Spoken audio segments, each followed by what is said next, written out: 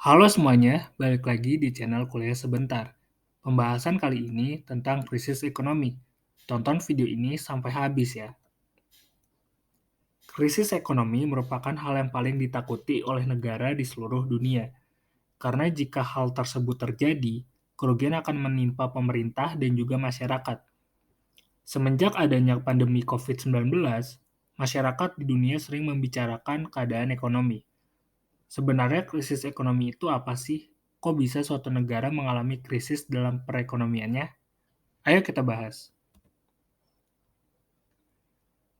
Krisis ekonomi merupakan kondisi di mana perekonomian dalam suatu negara mengalami penurunan yang drastis dan signifikan. Krisis ekonomi merupakan hal yang menakutkan, karena akan ada banyak pihak yang dirugikan jika terjadi krisis ekonomi di suatu negara. Dalam jangka panjang, masyarakat bisa mengalami keresahan dan kekacauan sosial. Jika kondisinya sangat buruk, negara bisa mengalami kejatuhan di bidang penegakan hukum dan ketertiban. Krisis ekonomi biasanya diawali oleh penurunan belanja dari pemerintah. Kemudian jumlah pengangguran melebihi 50% dari jumlah tenaga kerja.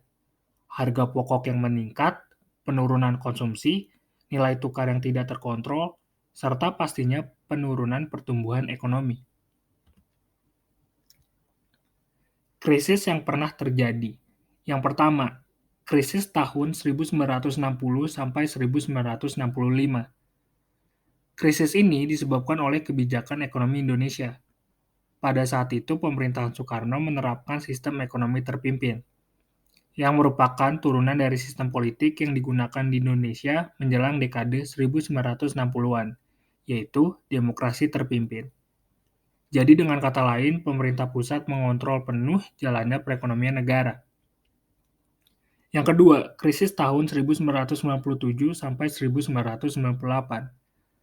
Krisis ini disebabkan oleh masalah ekonomi Asia dan dinamika politik. Berawal dari Thailand pada Juli 1997, lalu menyebar ke Korea Selatan, Indonesia, Malaysia, dan ke beberapa negara lain. Kurs rupiah merosot, harga barang impor melonjak, dan inflasi meningkat pada saat itu. Yang ketiga, krisis tahun 2008. Krisis ini disebabkan oleh masalah ekonomi Amerika Serikat, yang disebut dengan subprime mortgage. Hal ini dipicu dari kredit kepemilikan rumah atau mortgage untuk warga kelas 2 atau subprime di Amerika Serikat, dan menjalar dengan cepat ke pelosok dunia, sehingga seluruh bursa saham jatuh serta kapitalisasi pasar global menurun. Yang keempat, krisis tahun 2013. Krisis ini disebabkan oleh kebijakan Amerika Serikat. Pada tahun 2013, pemerintah Amerika melakukan kebijakan tapering off, yaitu meningkatkan suku bunga negara yang membuat nilai dolar menguat dan mengurangi supply dalam skala global. Penyebab krisis ekonomi.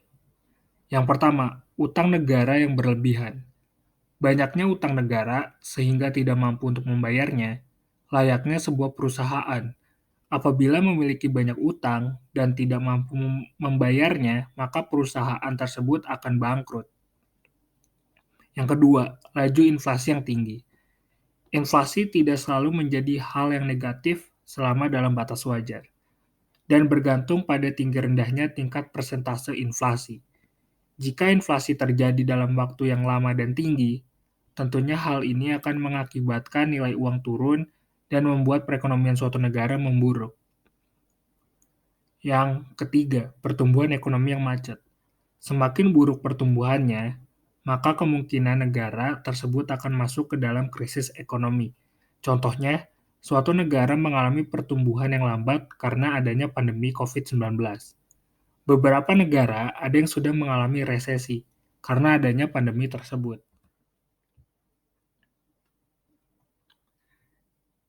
Dampak krisis ekonomi.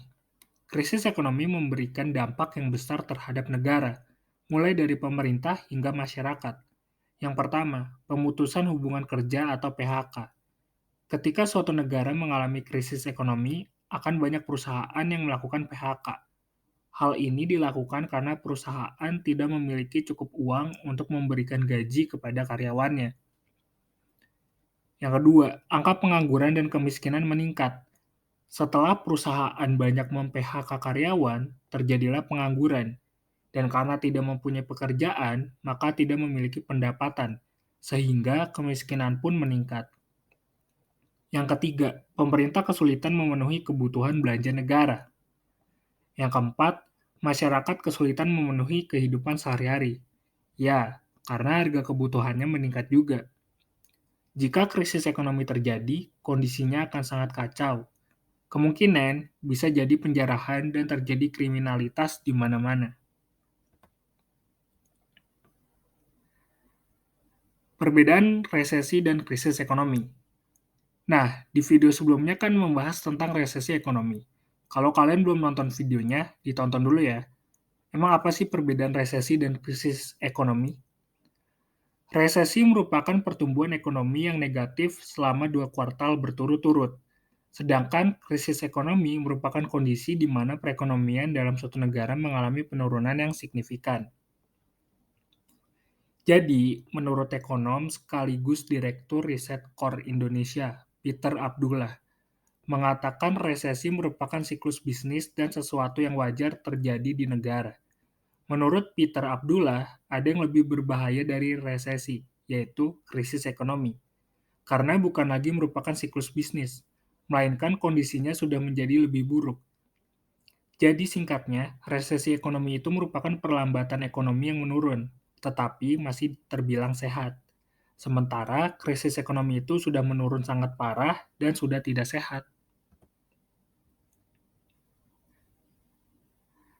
Sekian pembahasan kali ini, semoga videonya bermanfaat. Terima kasih sudah menonton, dan sampai jumpa di video selanjutnya.